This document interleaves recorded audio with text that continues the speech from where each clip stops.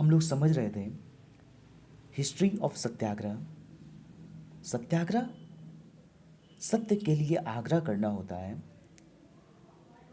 Definition क्या है? The struggle which is based on truth and non violence. यहाँ पे एक टर्म है नॉन वायलेंस। जैसे सत्याग्रह की जो जो आइडिया जो आपकी कभी जो डिमांड होती है, उस डिमांड के लिए दो टाइप के आपके पास में आइडिया होते हैं, मेथड होते हैं। एक वॉयलेंस मेथड होता है, एक नॉन वॉयलेंस मेथड होता है। जब वॉयलेंस का मतलब किसी को फिजिकली हार्म कर देना, और नॉन वॉयलेंस का मतलब किसी को भी फिजिकली हार्म नहीं करना।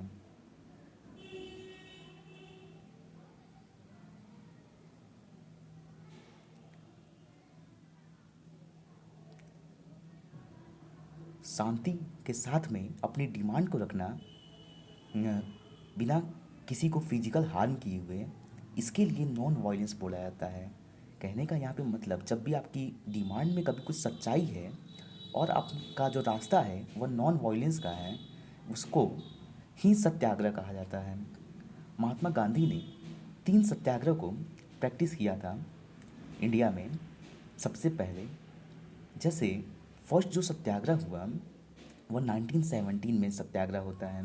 1917 में यह बिहार के चंपारण के किसानों के लिए इंडिगो प्लांटेशन के अगेंस्ट में उन्होंने एक सत्याग्रह किया था। इसमें यह था कि जैसे ब्रिटिशर्स सबसे पहले इंडियंस को कमर्शियल क्रॉप के लिए बोलते थे। कमर्शियल क्रॉप का मतलब यह होगा कि जैसे ऐसे क्रॉप जिसको इंटरनेशनल मार्केट में सेल करना है, उसका प्रोडक्शन करने के लिए फोर्स किया जाता था इंडियंस को। तो इंडियंस जब प्रोड्यूस करते थे तो यह बोला गया था कि जैसे उनको लैंड के 3/20 पार्ट पे उनको इंडिगो का प्लांटेशन करना होगा। इंडिगो का मतलब नील की खेती करना होगा। अब नील की खेती करने के लिए जो प्रॉब्लम हो रहा था, यह प्रॉब्लम यह था कि जैसे सबसे पहले तो कुछ टाइम में लैंड इनफर्टाइल हो जाता है। लैंड इनफर्टाइल हो जाता है। सेकंड प्रॉब्लम इसके साथ में यह था कि इसके लिए बहुत ज़्यादा वाटर की कंजम्पशन होती है। इंडिगो प्लांटेशन में वाटर की कंजम्पशन ज़्यादा होती है। कंजम्पशन ज़्यादा होने की वजह से फार्मर्स जो थे उनको इरिगेशन के लिए लोन लेना पड़ता था। तो फार्मर का लॉस हो रहा था यहाँ पे। साथ में क्या हुआ कि जैसे इसी टाइम पे जर्मनी में इंडस्ट्री लग चुकी थी। जब जर्मनी में इंडस्ट्री लगी थी, इसकी वजह से ऐसा होता था कि वहाँ पे इंडस्ट्रीज़ ने इंडिगो को मैन्युफैक्चर करना स्टार्ट कर दिया। जब वहाँ पे वे इंडस्ट्रीज़ में इसको मैन्युफैक्चर कर रहे थे, इसकी वजह से यह हो रहा था कि जैसे अब उनके प्रोडक्ट मार्केट में जाते थे तो बहुत चीपेस्ट होते थे, बहुत सस्ते होते थे। इंडियन के प्रोडक्ट मार्केट में सेल नहीं हो पा रहे थे। इसी की वजह से इंडिया के किसान जो चंपारण रीजन में थे उनको प्रॉब्लम था। तो वे लोग अपनी उस प्रॉब्लम का सॉल्यूशन चाहते थे कि ब्रिटिशर्स की वजह से उनको पैसे का नुकसान हो रहा है, तो कुछ कंपनसेशन, कुछ मुआवजा ब्रिटिशर्स को देना चाहिए। इसी के लिए महात्मा गांधी उस मूवमेंट को लीड करते हैं। महात्मा गांधी की तरफ से यह मैटर कोर्ट में जाता है। कोर्ट में जज को बताने में सक्सेसफुल रहते हैं महात्मा गांधी की फार्मर के साथ में गलत हो रहा है और उनको ब्रिटिशर की तरफ से हेल्प करना चाहिए।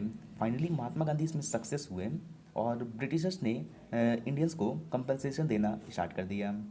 सेकंड सेकंड खेड़ा मूवमेंट होता है। खेड़ा मूवमेंट अहमदाबाद में भी जैसे वहाँ पे फार्मर्स प्रोटेस्ट कर रहे थे बैड क्रॉप फेलियर को लेकर कि उन्हें कुछ मुआवजा चाहिए। इसके लिए महात्मा गांधी के लीडरशिप में यहाँ पे भी सत्याग्रह मूवमेंट किया गया और यह भी एक सक्सेसफुल मूवमेंट रहा। थर्ड, अहमदाबाद के जो मिल वर्कर थे उनकी भी डिमांड थी लो वेजेस को लेकर, वर्किंग कंडीशन को इम्प्रूव करने को लेकर, जिसकी वजह से वह लोग सत्याग्रह महात्मा गांधी के लीडरशिप में सत्याग्रह करते हैं और इनको यहाँ पे सक्सेस मिल जाता है। इम्पैक्ट क्या देखने को मिले थे इंडियन सोसाइटी में वर्ल्ड वॉर 1 के? जब वर्ल्ड वॉर वन हो रहा था तो जैसे इकोनॉमिकल लेवल पे एंड पॉलिटिकल लेवल पे प्रॉब्लम देखने को मिला था। जैसे क्या हुआ था इकोनॉमिकल लेवल पे, वॉर की वजह से डिफेंस के एक्सपेंडिचर इंक्रीज हो गए थे। मतलब जो रक्षा बजट था या रक्षा के लिए, देश की सुरक्षा के लिए जो पैसे खर्च किए जा रहे थे वो ज़्यादा खर्च किए जा रहे थे। जब वो बढ़ गया तो लोन लेना पड़ रहा था उनको। वो लोन लेकर वो वॉर को आगे कंटिन्यू कर रहे थे। जब वो ब्रिटिशर्स ने लोन लिया तो इसकी वजह से टैक्स इंक्रीज हो गए। जब टैक्स इंक्रीज हुए थे तो लोगों को बहुत ज़्यादा से ज़्यादा कठिनाइयाँ होने लगी थी। हार्डशिप का मतलब कठिनाई होता है। एक पॉलिटिकल लेवल पे प्रॉब्लम यह हो रहा था कि जैसे फोर्सफुली रिक्रूट किया जा रहा था लोगों को वर्ल्ड वॉर वन की आर्मी ज्वाइन करने के लिए। तो इंडियन से परमिशन नहीं लिया गया, इंडियंस को फोर्सफुली भेजा जाता है, तो यह लोगों को प्रॉब्लम रहता है। उस टाइम पे क्या होता है, 1914 से 1918 के टाइम पे ही इंडिया में क्रॉप फेलियर हो गया था। मतलब फसल ख़राब हो गई। जब फसल ख़राब हो जाएगी तो अ, फसल ख़राब हो जाने की वजह से जो फूड आइटम है, फूड आइटम का शॉर्टेज देखने को मिलेगा। फूड आइटम कम हो गए। जब कम हुए उसी टाइम पे क्या हुआ, इन्फ्लुएंजा एक बीमारी है जो फैलने लगी।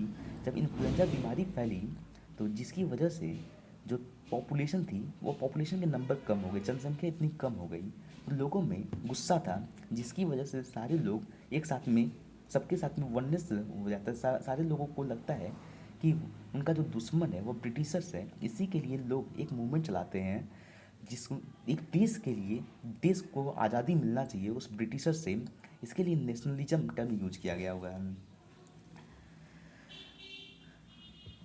19 हम लोग अभी तक जो पढ़ पाए वह 19, अभी तक हम लोग जैसे पढ़े 1857 के बाद 1885, 1905, 1915, 1916, 17, 1917 एंड 1918। तो यह जो सत्याग्रह हुए थे यह 1917 के, यह 1917 के और यह 1918 के सत्याग्रह हुए। इसके बाद में